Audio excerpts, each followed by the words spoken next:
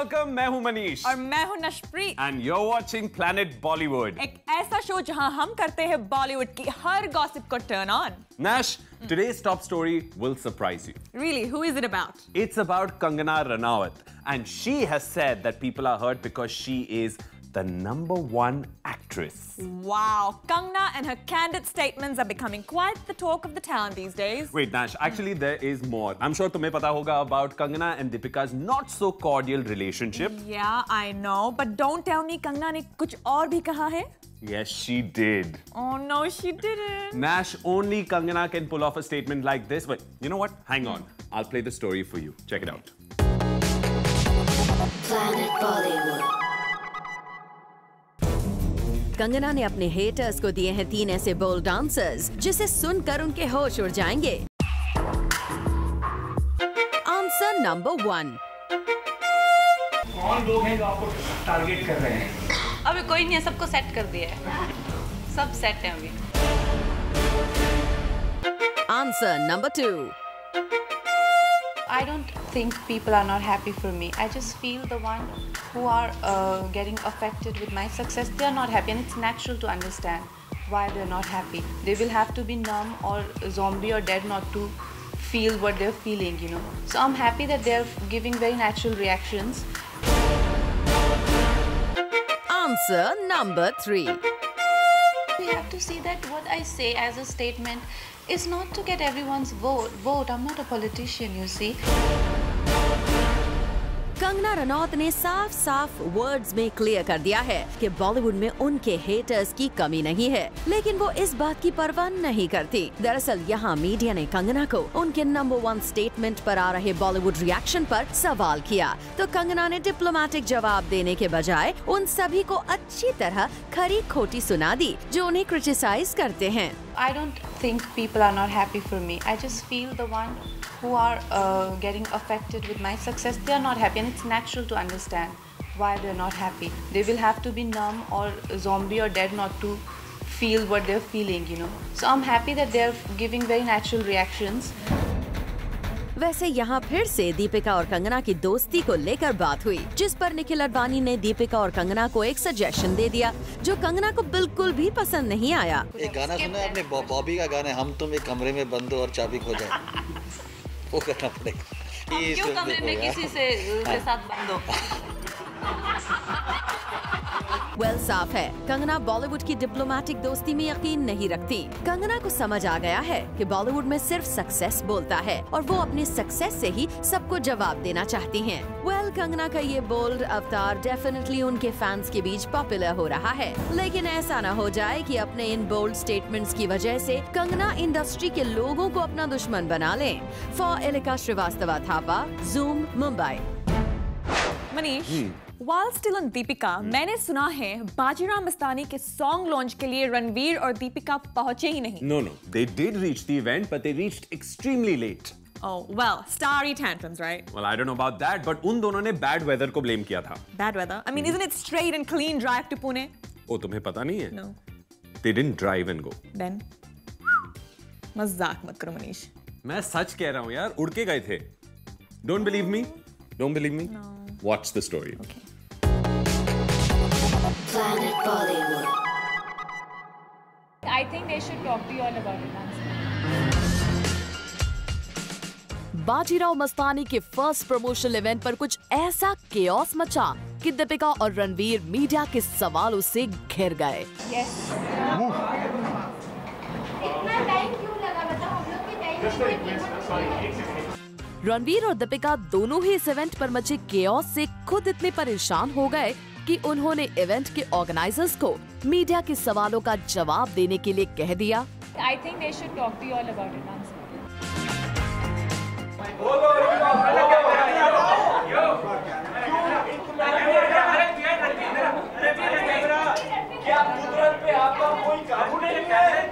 इस इवेंट के शुरू होने से ठीक पहले ऐसी रूमर्स हर जगह छाई हुई थी कि रणवीर दीपिका फिल्म के प्रमोशन में ज्यादा इंटरेस्ट नहीं ले रहे। इन दोनों स्टार्स की स्टारी ट्रांट्रम्स की खबरें खूब आ रही थी। कहा जा रहा था कि इन दोनों स्टार्स की एक पर्सनल चॉपर की डिमांड की वजह से भी फिल्म के मेकर्स को काफी दिक्कतों का सामना करना पड़ा। ऐसे में इस इवेंट पर इन दोनों स्टार्स के देर से पहुंचने से इस बात को और हवा मिल गई। लेकिन दीपिका और रणवीर ने इस रूमर पर क्लैरिफिकेशन देकर पूरे मामले को खत्म करने की कोशिश की। To be honest, everything was set and we saw some really unforeseen, unprecedented weather actually. We were just about to land in Pune और there were very dense clouds, बहुत ही बादल थे. So we had to go back to Bombay. उसके बाद helicopter से, गाड़ी से, plane से, गाड़ी में, एक और हेलीकॉप्टर में, फिर गाड़ी में और फिर आए. Basically we took off at 7:30 in the morning. We couldn't land in Pune because of bad weather, even though we were I think just 2 or 3 minutes away. Rumours ये भी थी कि दीपिका और रणवीर के अनप्रोफेशनल बिहेवियर से संजय लीला भंसाली परेशान है और ये रूमर्ड खबर दीपिका को गुस्सा दिला गई। तो आप सेट पे भी लेट जाते हैं आप लोग दोनों? Who has told you this? I want to do. सच्चाई तक वो और आप क्यों नहीं हैं? You believe a lot of the reports that you write. मेरी मजाल है कि मैं भंसाली सर के सेट पे लेट जाऊं। हाँ, मैं लेट जा सकता हूँ, पर मैं लेट नहीं जा सकता हूँ। साफ है इन दोनों स्टार्स ने इस फिल्म से काफी उम्मीद लगा रखी है। ऐसे में इस तरह के रूमर्स इन स्टार्स को भी काफी परेशान कर रहे हैं। Bureau report, zoom, Mumbai. I know what you meant. Deepika और रणवीर चॉपर से गए थे। See, I told you. उड़ के. By the way, lots of respect to Ranveer Singh. Why? Late आने के लिए? Well, respect to him for coming so late, but then he made up for it. What did he do? Well, he went all out और दीपिका का नाम लेके media को खूब distract किया. I mean, entertain किया. दीपिका के नाम लेके? How? Well, you have to watch this. Planet Bollywood.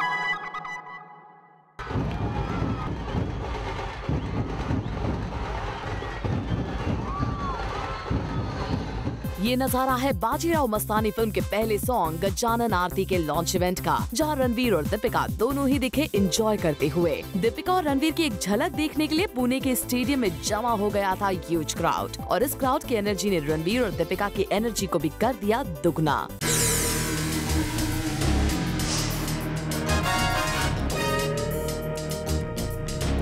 Ranveer और दीपिका दोनों ने ही नमस्कार के साथ किया क्राउड को ग्रीट। नमस्कार। इस इवेंट में रणवीर और दीपिका पहुंचे थे काफी लेट, और देखे तो लेट आने पर क्या बहाना बताया रणवीर ने। ये मैं दावे के साथ कह सकता हूँ कि इतनी खूबसूरत लड़की के लिए वेट करना बनता है यार। मैं तो जिंदगी भर वेट कर लूँ यार ऐसी लड़की के लिए। जब रणवीर एक बार स्टेज पर आ जाए तो फिर माहौल बनाने में देर नहीं लगती। देखे कैसे ढोल को गले में लटका कर बजाने लगे रणवीर। ढोल बजाने में रणवीर इतने मगन हो गए कि उनकी उंगली भी कट गई। The energy was amazing. You know, एक टोली आई थी with lot of drums and they passed one drum onto the stage. वो ठक ठक ठक ठक ठक ठक. So that was a lot of fun to do that यार. मैं थोड़ा उंगली कट गया करते करते. But it was a lot of fun. They had great energy. We had some young girls as well as part of the toli, and they were really going for it. That's the first time I haven't seen that. You know, वो एक लड़की तो ऊपर चढ़ के ऐसे डुम डुम डुम डुम. Hey, she was leading the whole thing. It was wonderful to see. Ranveer को ढोल बजाते देख यहाँ आए फोटोग्राफर्स चढ़ गए स्टेज पर और लेने लगे उनकी पिक्चर्स।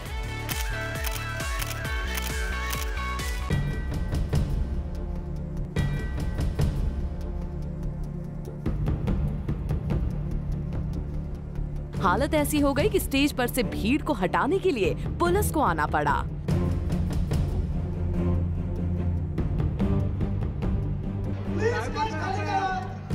सबसे पहले स्टेज से उतरिए सब।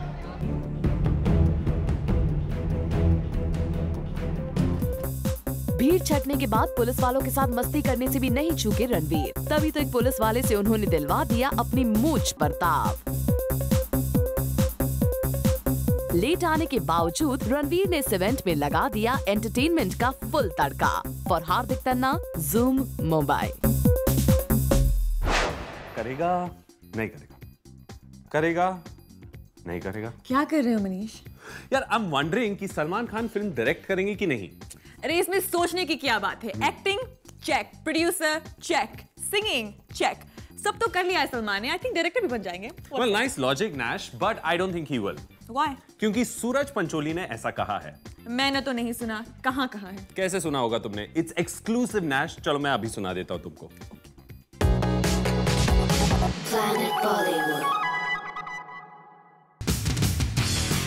हीरो के डायरेक्टर निखिल अडवाणी ने हाल ही में एक इंटरव्यू में कहा था कि सलमान खान को फिल्म करीब 10 साल पहले डायरेक्ट कर लेनी चाहिए थी, लेकिन सूरज पंचोली और आथिया शेट्टी नहीं रखते हैं निखिल अडवाणी की इस बात पर same opinion.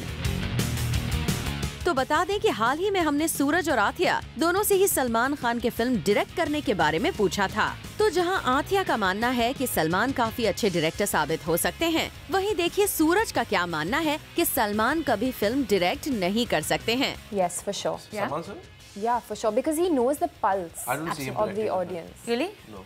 I think he'd be a great director. Well, सूरज, अब जब आपने ये कह दिया है तो इसके पीछे की वजह भी बता दीजिए। I don't think he would have the time for it. No, but if he had the time for it, he would make a really good director. He would, but I don't think he will. If you're asking me if he will, he will. Yeah. Well, Suraj, we hope कि सलमान अपने busy schedule से जल्द ही कुछ वक्त निकालें और film direction के बारे में भी सोचें। Bureau report, Zoom, Mumbai. Fan हो गया हूँ मैं अनुष्का शर्मा का। ओह, कौन से फिल्म के बाद? बॉम्बे वेलवेट या दिल धड़कने दो? Very funny. मैं फिल्म्स के बारे में बात नहीं कर रहा हूँ नैश। तो फिर? Haven't you heard? These days she is lending a lot of support to people in need. Really? Who? First, she supported the army officers who demanded one rank, one pension, and now she is supporting the Malik sisters. Malik sisters? वो कौन है? Don't you know, Nash? No. कभी तो बॉलीवुड के अलावा दूसरी भी news देखा करो। Anyway, I'll tell you. Watch my next story. Planet Bollywood. Anushka Sharma is never afraid to speak her mind. और अब वो सपोर्ट कर रही हैं खुद की तरह दो स्ट्रॉन्ग लड़कियों को, the Malik sisters, Tashi Malik and Nungshi Malik. Known as the Malik sisters, ऐसे यंग माउंटेनियर्स हैं जो 7 कॉन्टिनेंट्स के हाईएस्ट पीक्स पर चढ़ चुके हैं और उन्हें इंटरनेशनली काफी अवार्ड्स और प्रेजेस मिले हैं।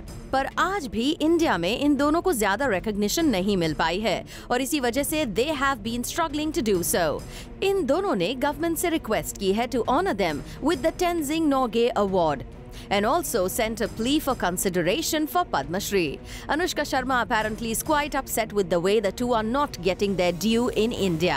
इसीलिए अनुष्का सोशल मीडिया के जरिए लोगों तक ये बात पहुंचाने की कोशिश कर रही हैं and is urging people to support the Malik sisters so that they get their recognition in their own country too.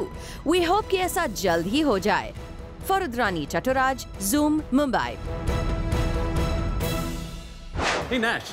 You're a huge Shah Rukh Khan fan, right? Yes, I am. Okay, so tell me, Dilwale कब release होगी? 18 December.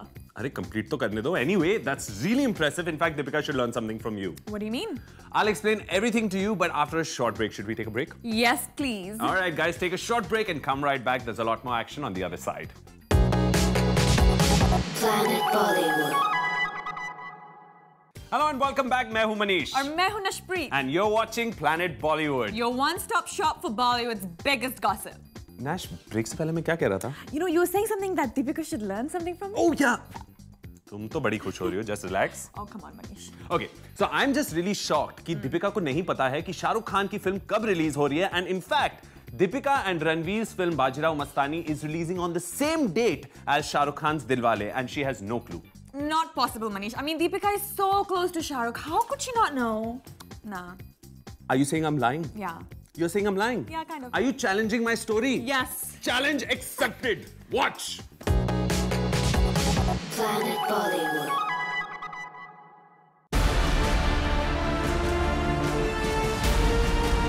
यार मुझे इन चीज़ों से कोई लेना देना नहीं है. मैं एक्टर हूँ, मैं एक्टिंग करता हूँ. We are coming on the 18th of Bajirao Mastani is releasing on the 18th of December, and I think that's a date that we had announced about 1.5-2 years ago. Box office पर होगा एक बड़ा clash.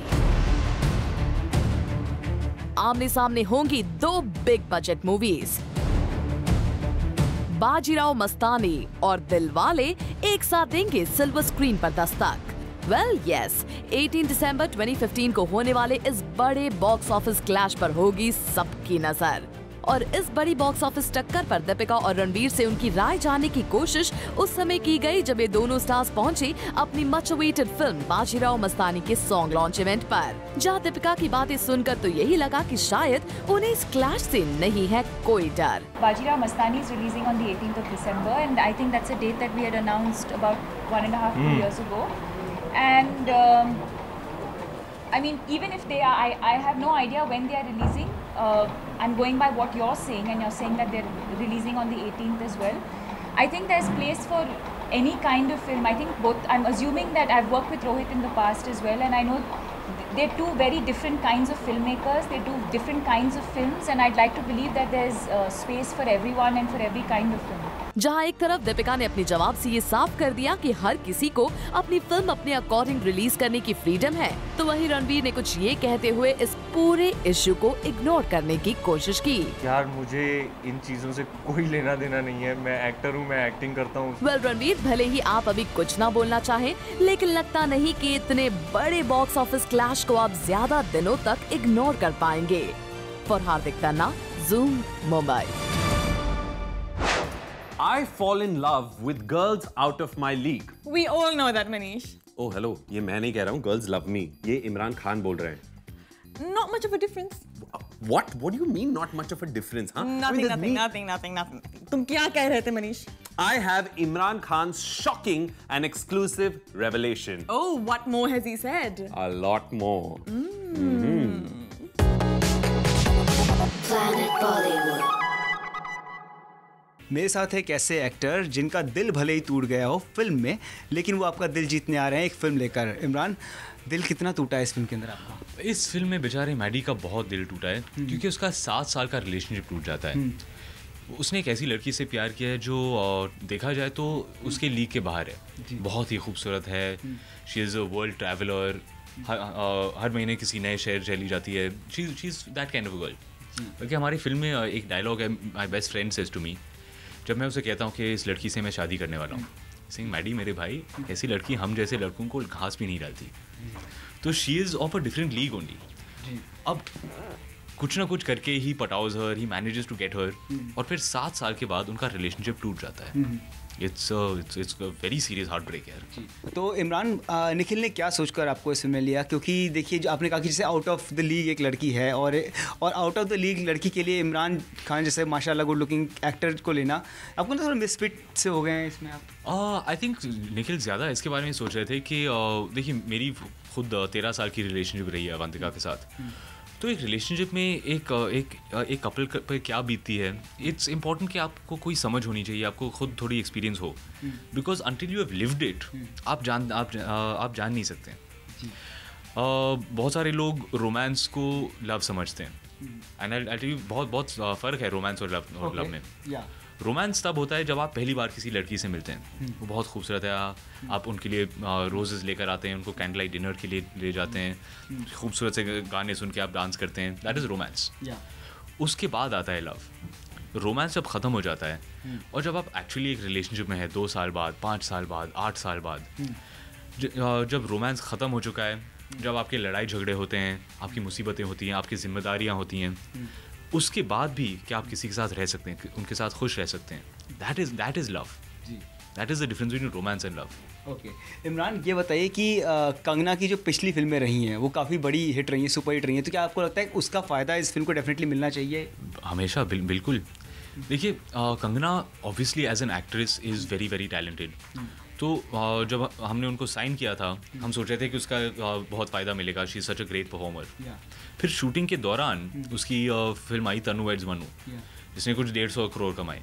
फिर हमें लगा कि भाई हमें डबल धमाका मिल रहा है कि इनका एक्टिंग टैलेंट भी मिल रहा है, and of course the great star value as well. Kangana ने रिसेंटली एक इंटरव्यू में कहा कि I am number 1 actor. Do you believe Kangana Ranaut is the number 1 actor, female actor? Today yes, I think without question. आजकल देखिए मैंने उनका बैंक बैलेंस खुद पर्सनली देखा नहीं है, लेकिन अखबार में जो मैं पढ़ता हूँ according to that, then yes without question she is the highest paid.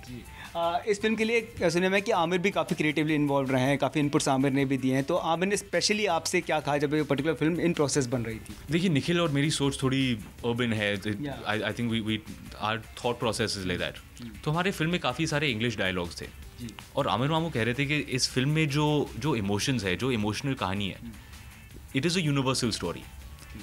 ये किसी के दिल को छू सकता है, लेकिन अगर उनको डायलॉग समझ में ना आए फिर how will they connect, how will they feel it. तो इमरान ये बताइए कि कट्टी बट्टी के आगे फिर कोई ब्रेक लेने का इरादा तो नहीं है, या कंटिन्यूसली हम इमरान खान को स्क्रीन पर देखते रहेंगे? नहीं, अब तो मेरी बेटी पैदा हो गई है and we are not planning a second child for now. तो अब मैं, जी हाँ, आई प्रॉमिस, अब मैं काम कर रहा हूँ, मैं छुट्टी नहीं ले रहा हूँ। कट्टी बट्टी के रिलीज के बाद एक छोटी सी छुट्टी ले रहा हूँ, उसके बाद काम करूँगा। चलिए इमरान, हम उम्मीद करते हैं कट्टी बट्टी आपके लिए जो है बॉक्स ऑफिस से बट्टी बना कर रखे। Thank you so much. Thank you very much. Manish, show close करने का टाइम हो गया है। I know, Nash, but I don't feel like closing the show. You have to, and don't worry, I'll be here tomorrow as well. Really? Okay, great then, guys. So on that note, it's time to wrap the show. But all you Bollywood fans out there, stay tuned to Zoom to know the biggest in Bollywood. We will catch you guys tomorrow on your favorite Bollywood gossip show at 7. And for your first dose of fresh B-Town updates, tune in to Planet Bollywood at 1, only on Zoom. Turn on.